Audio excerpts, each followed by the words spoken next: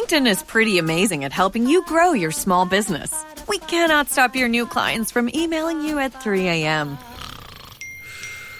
We can help you sell, market, and hire in one place. We cannot help you be in 3 places at once. And while we can't help you organize your calendar, LinkedIn can help you land more clients so you have a calendar to organize. Grow your small business on LinkedIn. Learn more at linkedin.com/smallbusiness. Alex Blum was adopted as an infant and raised in a good home. He knew he was adopted. It was just never talked about. And so he did what a lot of us do with the things that don't have a clear place. He kept moving. He built a career, a family, a full life.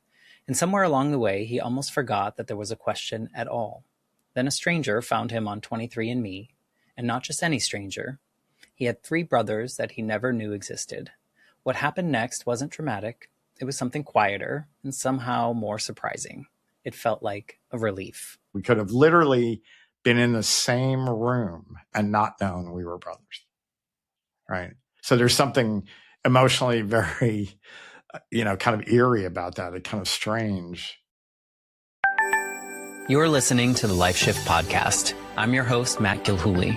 This show is built around one simple idea, that sometimes a single moment can change how we see everything. Each week, I talk with someone about the moment that shifted their life and how they learned to live differently after it.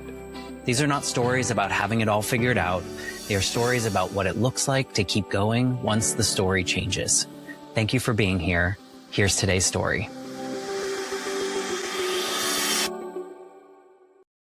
Hello, my friends. Welcome to the Life Shift Podcast. I am here with Alex. Hello, Alex. Hello, Matt. How you doing? Doing well. I just took a nap, so maybe that's going to be fortuitous for me to stay awake, which is, always a good thing when you're doing a podcast episode. Well, I'll try to keep you interested. So.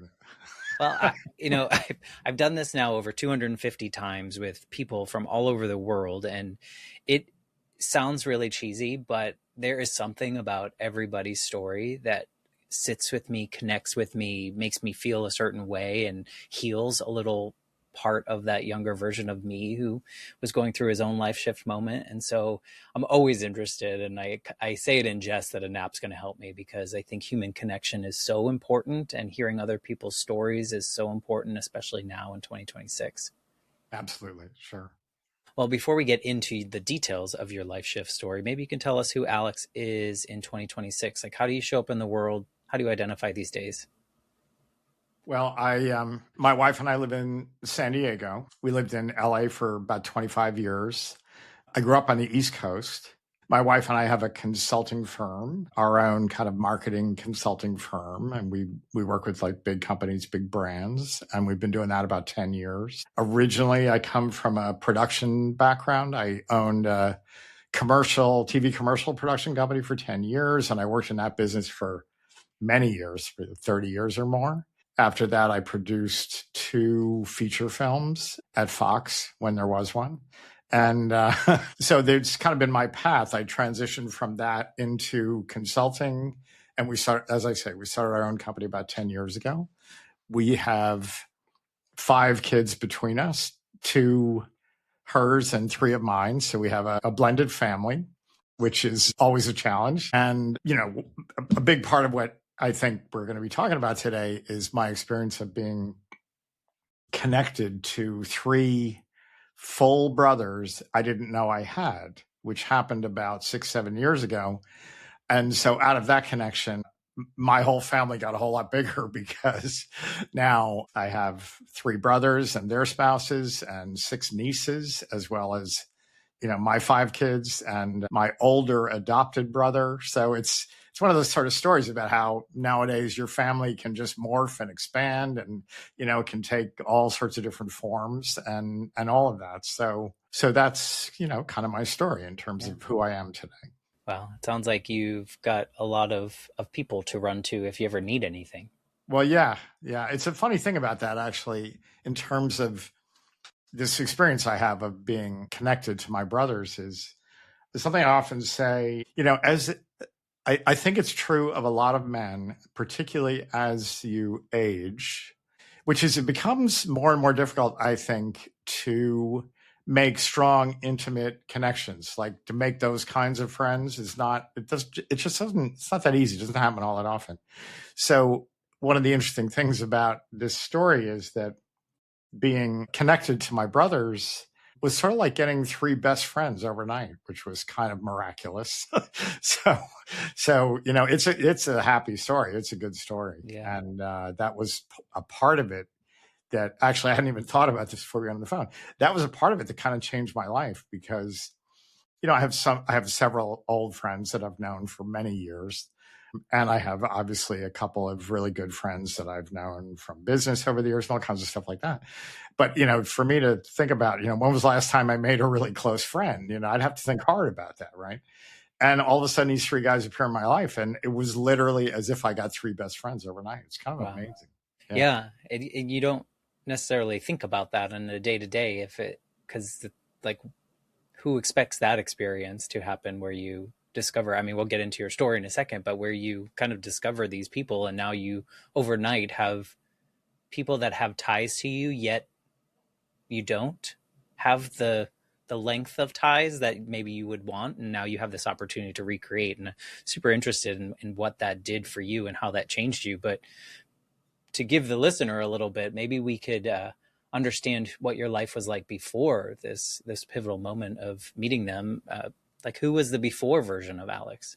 I mean, you gave us all the career stuff, but like, who were you? Like, what was life like? So I was born in the 50s in New York City. And I was adopted when I was 4 months old into a pretty privileged environment.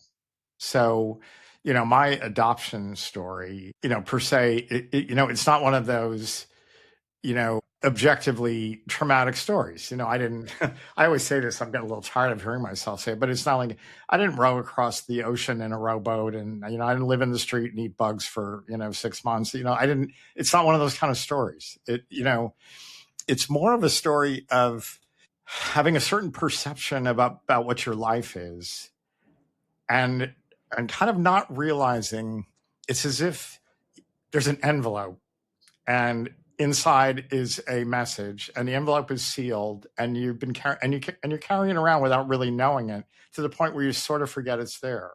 And so in a way, it's like you have this thing. It's like you have an answer to a question you're not even sure you're asking.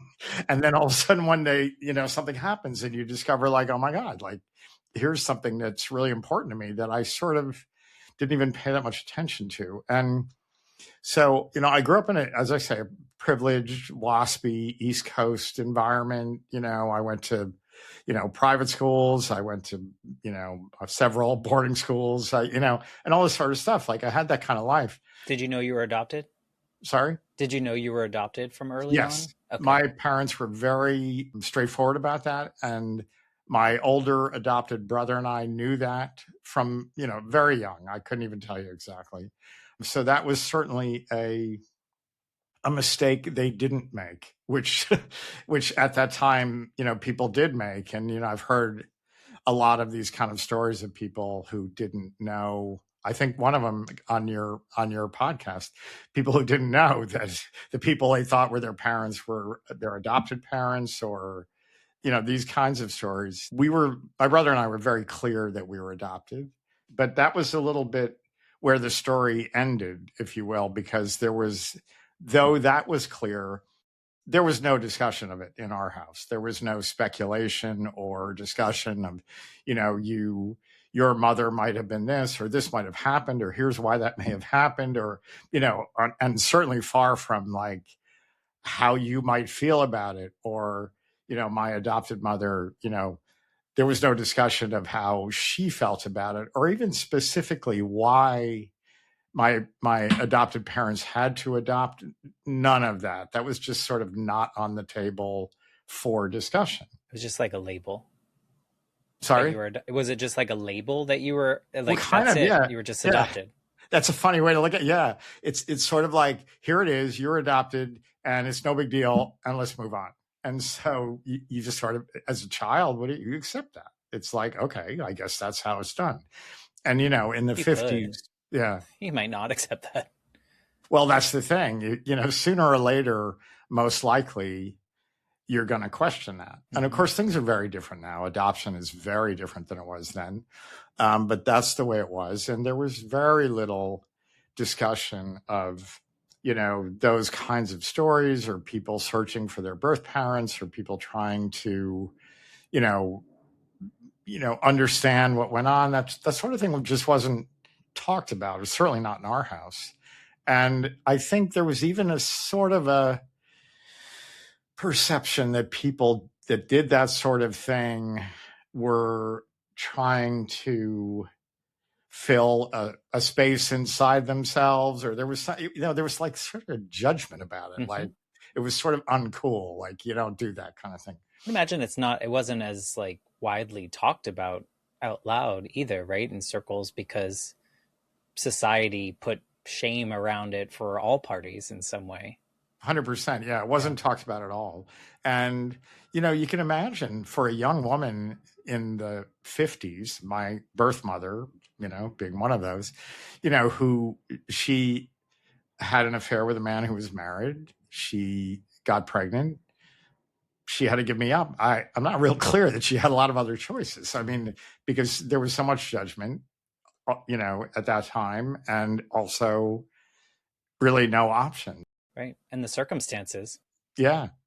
Very difficult set of circumstances. Even at the time, women couldn't have their own credit cards. So it's like, like I don't even have all of these rights and these abilities to do things. And now I have to take care of a kid. I think people make those decisions for all sorts of things that I could never even imagine trying to justify in my own. Like I have no idea what that would feel like. So I can't make a call whether that's a good or bad decision.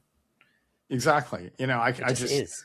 Yeah, I can't really appreciate what it's like to be in a position like that. Right. It can't have been good. That's for sure. I guess if when you ask the question about sort of who am I and how did I get where I am? I mean, I've had, I think, a pretty interesting life in a lot of ways. And I've always been open to, experiment and try things and, have new experiences and all that kind of stuff. And as a teenager, I was very rebellious, and that was sort of a typical of the time, if you will, because I was a teenager in the late 60s. I went away to boarding school in 1969, which was kind of the height of the 60s, right? 68, 69.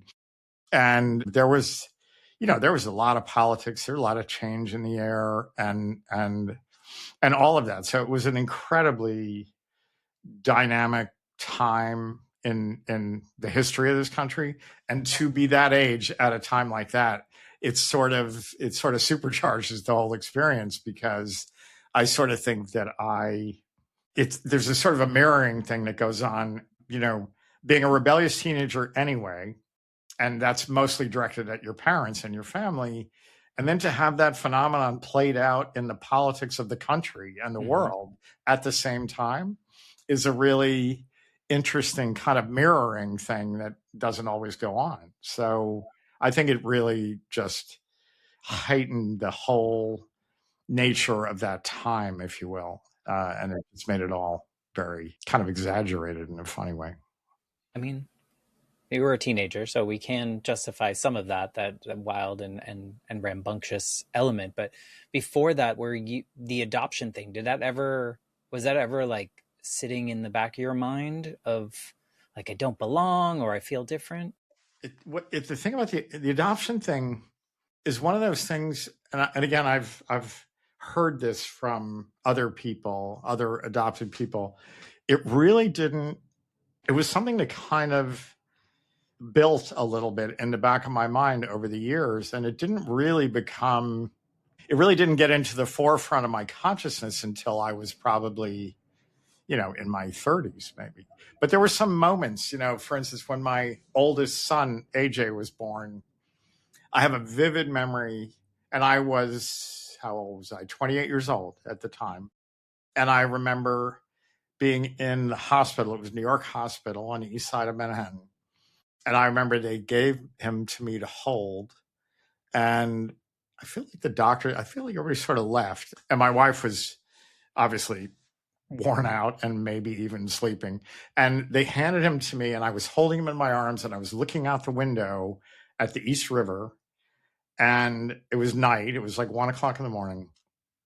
And I looked at him and I thought, you are the only person on earth that I know that I am actually related to, that I am connected to. Like that by, I didn't think DNA, but like by DNA, and I had this moment and I thought, wow, now this is, this is something. Like, it was sort of an epiphany. All of a sudden I thought, this is what this is all about. Like, now I get it. Like, I'm actually connected to this person by something that is not, it's not objective. It's sort of fundamental. So I had moments like that where I thought, okay, there's like, you got to think about this a little bit.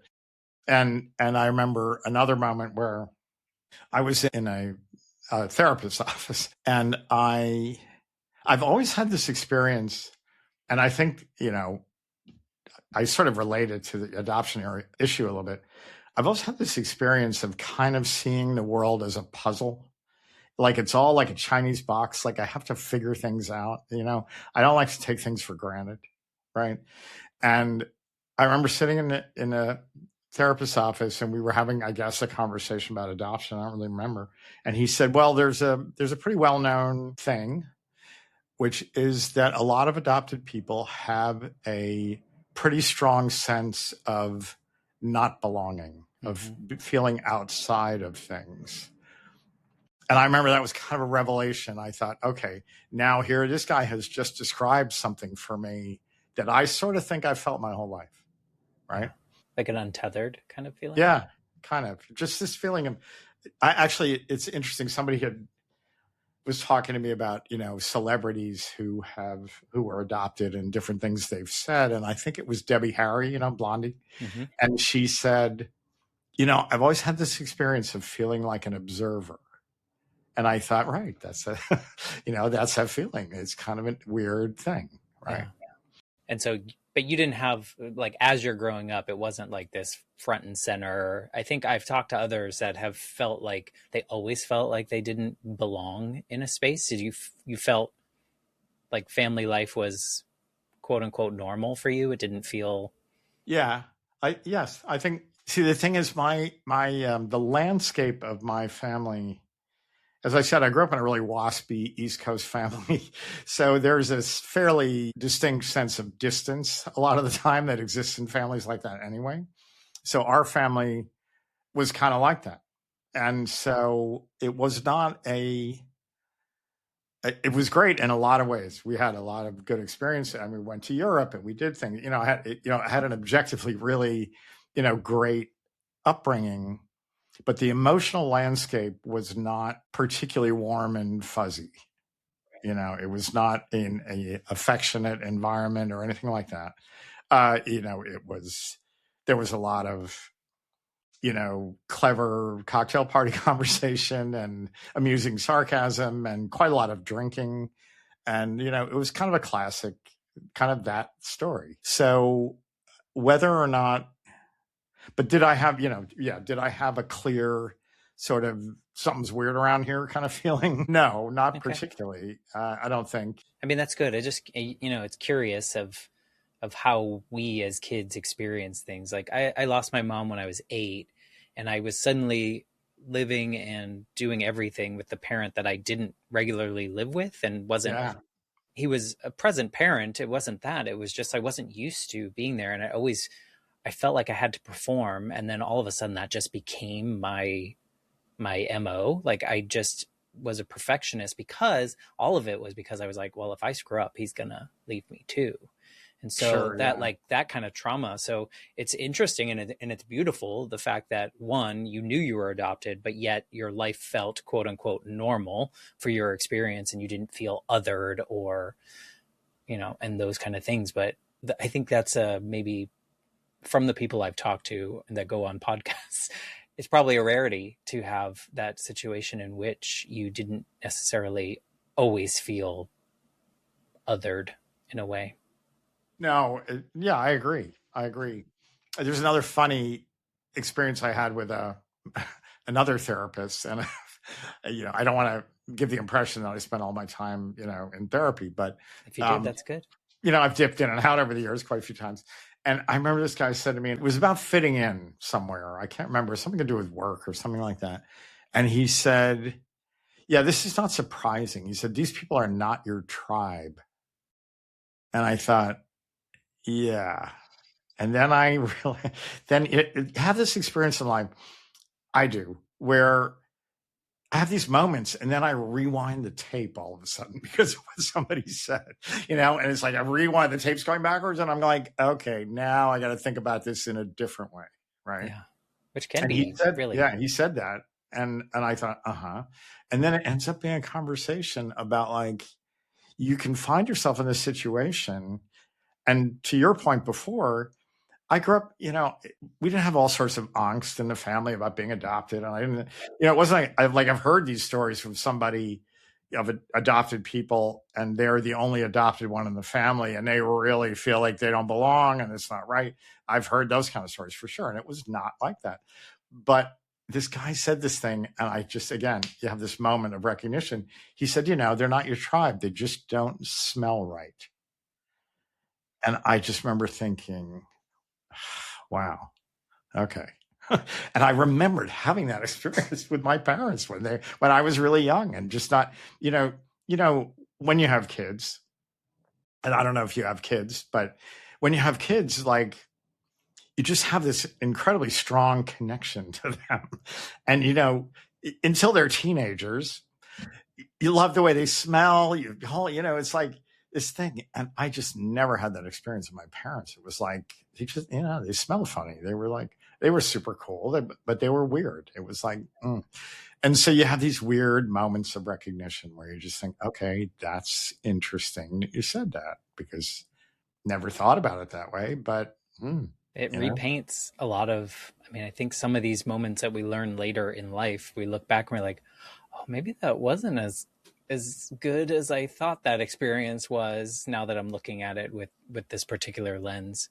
I love that you had a good growing up life, as good as it was. You saw it, you felt, those, you didn't have the weight that some people have of feeling that way. So I love that. And it pushed you forward so that it sounds like you lived a really adventurous and fun life so far of things that you did and kind of building this family and now this blended family of 400 million people in your family. But take us closer to how life changed in a big way.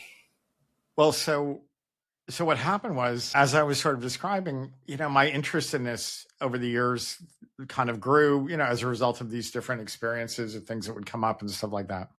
And also, frankly, I think because it was always clear to me that my birth parents, particularly my adopted parents, particularly my mom, were not we're certainly not open to the subject of reconnection or birth family or anything else. So I think I took that on. So I think it's pretty unlikely while my adopted parents were alive that I would have pursued it anyway, because it was clearly cast as a loyalty thing.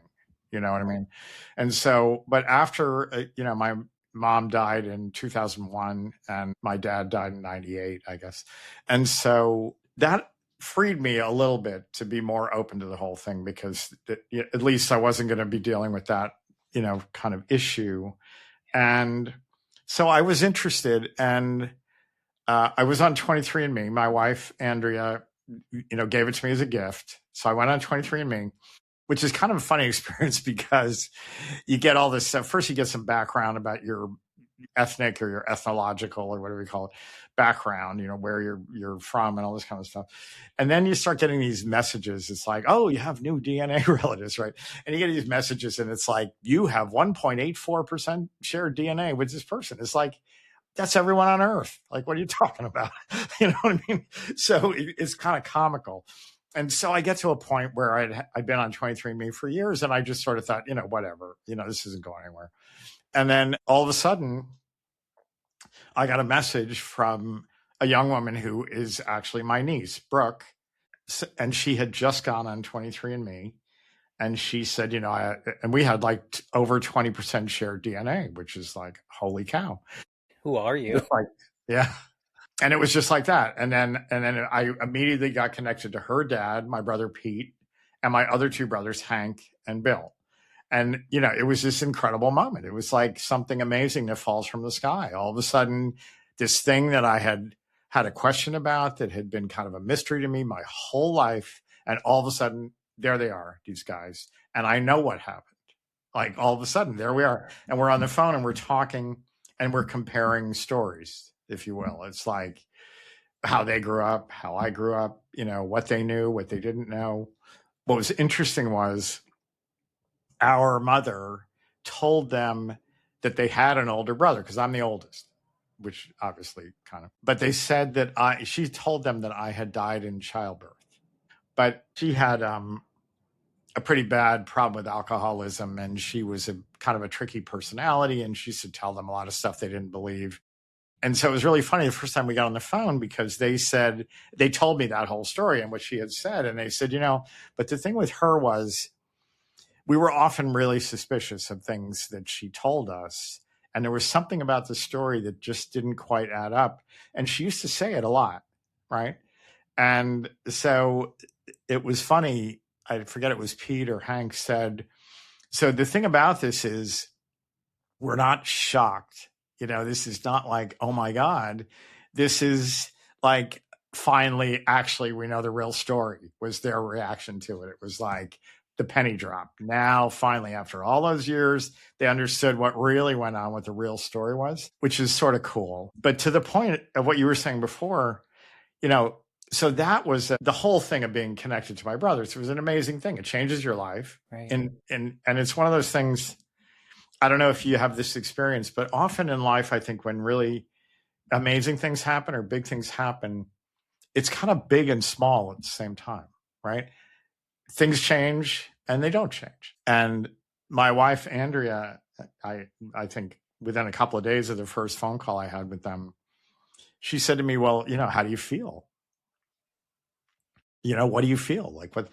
And I said, well, it's interesting. And you're going to find this maybe a little strange, but the feeling I have is relief. How so? It's like, I feel like this is a weight that I've been carrying around for so long. I've forgotten I was even carrying it. I didn't even notice. And all of a sudden, here it is. It's like this weight has just been taken off my shoulders. And now I know the story. I know what happened. And again, exactly what you said, though, it's as if that big moment, it took me back to the original moment, right? So there's a big moment, which has been connected to my brothers. And there was the other big moment, which was being given up for adoption and starting your life with a mystery, right? So it's two things at once. It's my experience in the present, which is incredibly fortunate. Like, I feel like I am so fortunate that this happened. It could easily have not happened. It kind of happened even, as a result of a coincidence. And it's very positive, right? I'm not traumatized, and I wasn't traumatized before. It's not one of those stories, right? And at the same time, it took me all the way back to the beginning of my life, where I got to look at that moment and say, okay, now I have the context for that moment. And it kind of illuminates a lot of things that happened after. I think you said something like this.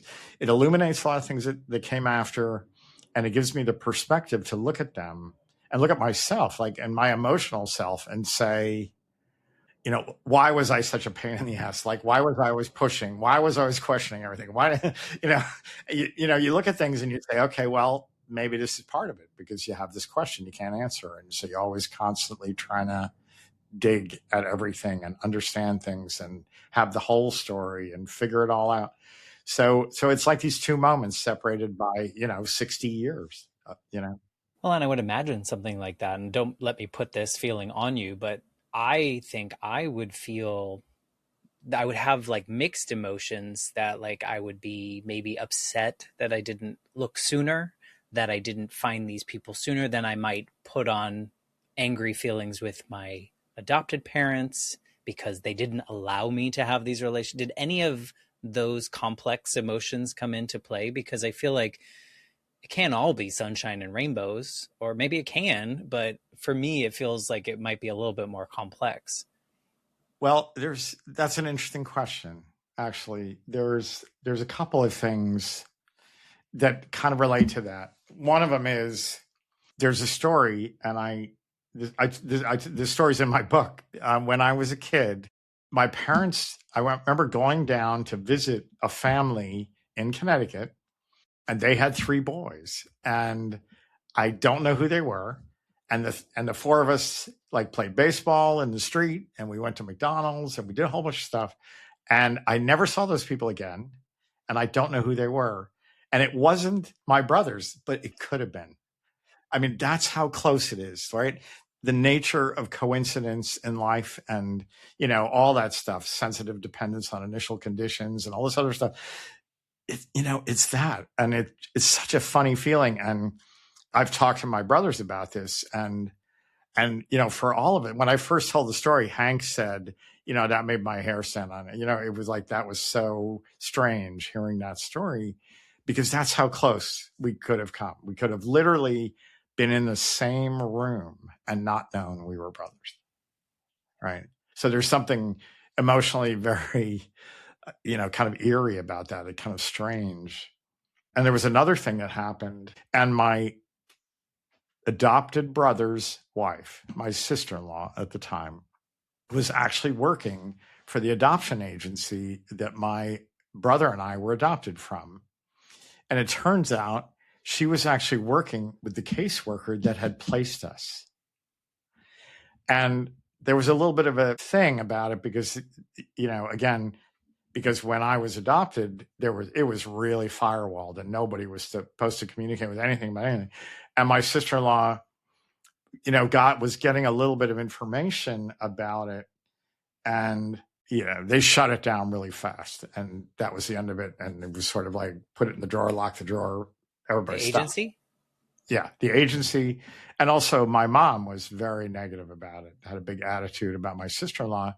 But you got to ask yourself, to your point, at that point, that person, that woman who had placed us, was still alive. At that point, my mother was still alive. You know what I mean? So there is that moment where you think, okay, well, that there was a moment there when this could have all of a sudden been brought out into the light and discovered, and it wasn't. I'm not angry about it. It's just one of those weird things. It's like, it could have happened then, but it didn't. That's how close it was, but it didn't quite happen, right? Well, good on you for being a better human than me. I feel like I would have some kind of anger that I didn't get to choose my path when I was old enough to do so, I guess, because you felt like you couldn't, because, your parents were still alive and they really didn't want that for you. But at the same time, I think I would be a smaller human and be angry about that. I might not have done anything about it, but I might, later on in life, finding out that so-and-so, like, I have these fully formed human brothers and people that I could have been connecting with. I guess there would be some kind of feeling. I mean, there's nothing you could do about it, but at the same time, I'm probably more petty than you are. Well, one of the things that I feel about it is that, and I guess probably one of the reasons I wrote my book, is that the thing is, my brothers and I, the 4 of us, and all of us, we're not exceptional per se. We're not traumatized. We don't have one of those stories. Like, adoption as a phenomenon is complicated. I mean, of course, everything in life is complicated. Like, I get that. But adoption is complicated. And I think, it would be nice if adoptees, particularly of my generation, or, extended, whatever, felt like they had permission to kind of question their experience and, connect to how they feel about it. And the thing that I've found kind of amazing since I started writing the book. And it's been 6 or 7 years. It took me 4 or 5 years to write it. And then you have the editing and the whatever and all that. Anyway, so it's being released next month, but it's been all these years. The number of people that I've encountered, adopted people, there are so many adoption stories. It's crazy. And a lot of them are not happy stories. Like I've been on phone calls with groups of people, and a lot of them are really traumatized by their experience. And I am not traumatized by my experience. It is a very emotionally evocative experience. And when I was writing my book, most of the time I felt very, kind of circumspect about it. And then I got towards the end, like the last third of the book, and all of a sudden I found I was having this really emotional experience of like really thinking about adoption and what it means and how you feel and all this kind of stuff. And it was like a bit of a discovery. I thought, I didn't really think I had that many strong feelings about this. And, guess what? I have more than I thought. Yeah. Well, and sometimes I think we can hear other stories and it unveils things that maybe like your envelope that you were carrying and was sealed kind of thing. It just, you get reminded, or you like you said, certain people in your life say something to you, like your therapist, and all of a sudden things start to unravel or expose themselves in different ways that they weren't. And I think sometimes we can take that on through story, which I think is good. It just gives us another layer of perspective that maybe is true or not, but it's allowed in our, emotions and whatnot. I love that you have a story. I think there are some really great adoption stories like yours in which people are grateful that they were adopted because of the circumstances that their birth parents were in at the time. And, and then they reunite, and they're also like, it's a beautiful relationship because it's a mutual understanding. So, I don't mean to put any kind of feelings on anyone. I think it's, I think it gives you this opportunity now to meet these people that are they close to your age?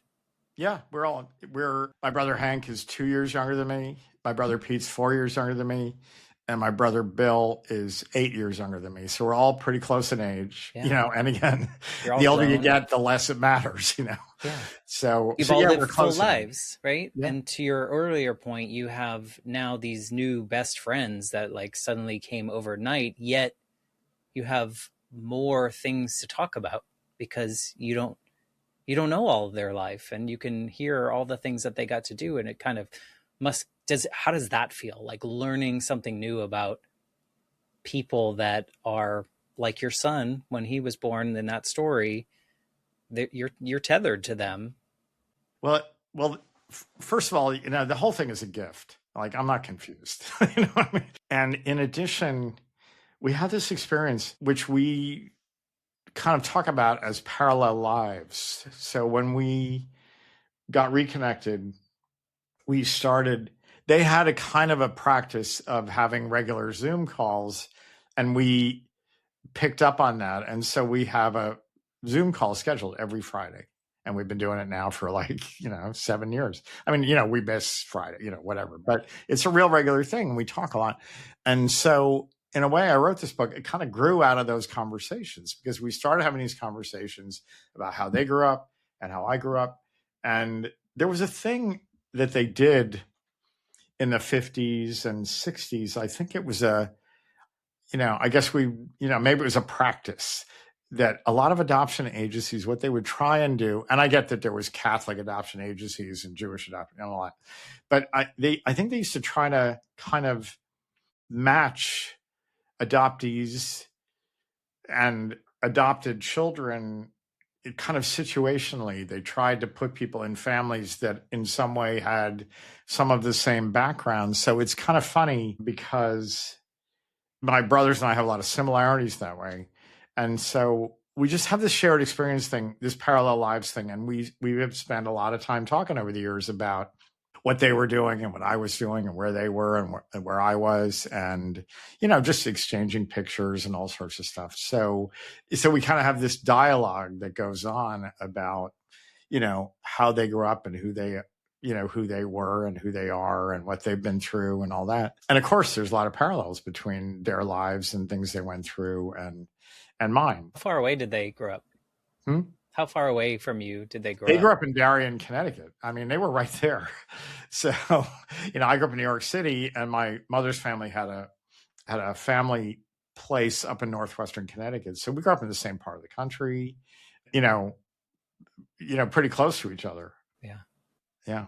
Do you think there's something more special that you got reconnected at this point in your life versus had you been reconnected at 20 or 30, now that you've lived this full life, that you've had all these children and is there, I don't know where this question is coming from, but is it deeper because you've met them at this point in your life, or do you think it would be better younger? I don't know. That's a really interesting question. You know what? I'm not sure I've thought about it that way. I think, well, I can say the obvious thing, which is, things happen the way they're meant to happen. People love to say stuff like that, like whatever. I think, well, first of all, I think if any of the parents had still been alive, it would have been much more complicated. My mother, my birth mother, their mother and mine, was, by information and belief, pretty traumatized by the whole thing. From what we understand, she didn't really want to give me up, and it wasn't a great experience. And so, I don't know what it would be like I don't know what it would have been like for her to all of a sudden been confronted with, like, okay, here's the child that I gave up. I don't know. That could be difficult. And I've heard stories from adopted people who have found their birth, particularly mothers, and it hasn't been good. The birth mothers have been like, what, I can't do this. Like, I'm not up for this. So, I'm sure it sounds strange, but I've heard, quite a few of those stories. And my adopted mother, she would not have been happy. That would not have been good for her, Right. and my father as well. How he would have reacted exactly, I'm not really clear, but it wouldn't have been good. So in that sense, I think we were fortunate. So that puts it into the envelope of, 20 years or so. Right. And I do think it's just better this way. I think it happened. Yeah, it would have been nice, I guess, if it happened a little earlier, we had a little bit more time, but I have no complaints. Like, the whole thing is so miraculous in the first place that it doesn't occur to me to wonder if there's a better version. It's sort of like, I'm pretty happy with this version. Yeah. And I think that question came from a lot of us in our 20s, 30s are quite emotionally immature. Mm-hmm. And so part of me wonders, like, had you made the connection at that age, would you understand the value that you do now, the connection that you can have, the relationship, as you were talking about earlier, of like creating best friends at this point in your life? Like, as we get older, it gets harder. At 20, I think we're 30, we take it things, like we just assume that everything is just going to keep coming to it. Well, it is funny, though. I understand what you're saying, because there is this feeling, I think you often have, and I'm sorry to keep saying this, but I wrote about this in my book as well. You have these experiences sometimes in life where you're something great. Like, my first job was in an advertising agency in Paris. So I lived in Paris for a year at the beginning of my career. Okay, well, for a variety of reasons, even though I could have stayed, I came back to the States, right? At that point in your life, when you're 20, I don't know what I would, 22 or something, 23, you're inclined to think that experiences that you're having that are kind of amazing are experiences you're going to be able to repeat. But you know what? More often than not, they're not. That's it. Right. Right. And so I think your point is interesting. I'm sure that I wouldn't have appreciated this the same way. I don't know that I would have appreciated how unusual it was. And at this point in my life, what's the expression? So soon old, so late smart. I do feel, with all the experiences I've had and everything I've done in my life and the mistakes I've made and the things I've done right, you do acquire a certain amount of wisdom, I think, I hope. It's a little bit like a bank account. You have all these experiences and you keep accumulating them. And I feel like sooner or later, hopefully it's sort of like a bank account. You can dip into it, and, and it improves your experience. And so I think, yeah, it's probably better now. I'm not sure I would have taken it in the same way, and I probably, I don't know how to, I'm not sure. I don't know that I hadn't experienced that much adversity.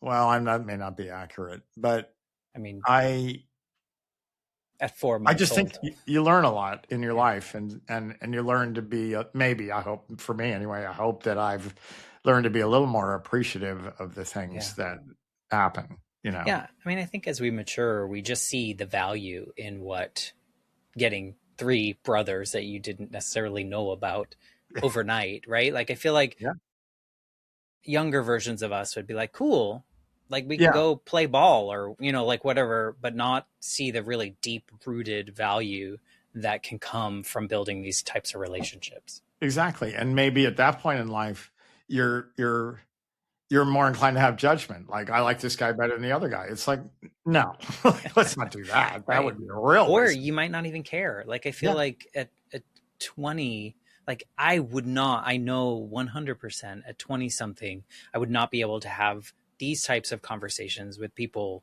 like about really hard moments, really cool moments. I was so self-absorbed and, lost in grief, and everything was a big hot mess. And so, like, I wouldn't have wanted to come upon this in my 20s. So really minimizing your experience here, but pulling it into something that I can relate to. It's like in my 40s, far more valuable to have these types of conversations. So I think it's cool that you were able to do this, and well, you were able to. Life happened, and it happened in a good way like this. What made you want to write a book about it, though? Like, you could have just well, that lived was in the just the moment. thing. I sort of always knew I was going to write a book, and I've written a bunch of unproduced screenplays and a bunch of stuff over the years. And it just, I'm not like, I'm not good. I'm not the guy that's going to go write Lord of the Rings. I have a lot of respect people that write fantasy, and I have no idea how they do it. It's like, well, and of course, here, I'm going to say something unpopular, but Tolkien took 3/4 of what's in Lord of the Rings from Old Norse myths and all kinds of stuff. It's not like that was all created out of whole cloth, which is fine. Everybody does it, but I think it just sort of came to me. So suddenly there was the story. Like, I feel like I had all these thoughts and experiences and whatnot in my life, and this was sort of it was like the origin story that made it possible. Like, I started talking to my brothers, and all of a sudden I sort of thought, I get it. I get what's going on here. And it just sort of came to me. I just said to them, you guys, you okay if I write about this? Like, I'm going to write it. I think I'm going to write a book about it. And they were like, sure, great, let's do it. What did you learn most about yourself as you were writing this? Because I'm sure there were parts that were Well, there's a interesting. lesson that I've learned, and I keep trying to learn every day. And I've learned this in business, and I've learned this in a lot of parts of life, which is one of the best pieces of advice you can give yourself is say less. you know, and there was a lot of learning of that as I was writing, because clarity is, good writing. You got to have clarity. And so my goal was to write my story and be as honest and truthful as I could be, and to be as clear as I could be, and to, be as straightforward as I can be. And it's kind of funny because my wife, and we work together, as I said as well. The thing about my writing that she likes the least when I do it is I'll do something and she'll go, okay, don't do this. This is like clever bullshit. Like, don't do that. so there was a good deal of that, was like, yeah, strip away that stuff and just really try to be clear. So that was a real exercise, to get to be a better writer. Yeah, you'll find that, I guess, that happens to, hopefully, to most people that are going through the writing journey, but not everyone. This question just popped in my mind. I was curious how meeting your brothers, your biological brothers for the first time, how did that affect your relationship with the brother that you grew up with? Did it? He's my brother Jonathan. He's great. He's really funny. And he's older. He's 3 years older than I am. So as I went through this process, so this happened. And first, obviously I was telling my kids and my stepkids, and they were all in. They were all great. They were like, "Oh, this is an amazing story, Dad. This is so cool," whatever. And then kind of the group of people that shared it got wider and was some close friends and things like that, and that was all really great. And I was frankly a little worried about my brother that he might be upset by it, or he might feel that it in some way changed our relationship or something like that. So I was a little bit worried about it. So I called him up and said, well, I got a story I got to tell you, like, there's something I need to tell you. And he's like, great. So I tell him the whole story, right? And how it happened and the whole thing and my brothers and this and that. And I get the whole thing. And I get to the end and I said to him, so, what do you think? And he goes, you got to have a party. You gotta love him. He's so great. He was like, okay, which of course, and I thought I should have known. Of course, he wasn't gonna have a problem with it. Like, right. He's just not that person. Yeah. Well, and since then, he's found some of his birth family. Good. He found his sister. So there we go. Yeah, I mean, I think it's great. I think there could be a situation in which the brother that you grew up with, your adopted brother, would feel, like your parents did, and maybe resentful that he hadn't found anyone yet, or like he's being replaced or whatever, all these things that can come up, which don't necessarily always hold weight, but they do for that person. So, just a legit question, I guess, to see how that. No, it is. And it's certainly conceivable. And I was worried about it. I thought, I don't want him to be upset. Like that would not be good. If he was upset about it, that would bother me. So I was relieved. Obviously it was great. I was like, thank God that was not a problem. Yeah. Was looking back at your this getting contacted by your niece, where was the biggest shock moment? Was it opening the email? Was it telling your wife? Okay. It was opening the email. I was just like, I wasn't, of course, thinking about it at all. We had been on vacation. We were living in LA at the time. We had been on vacation.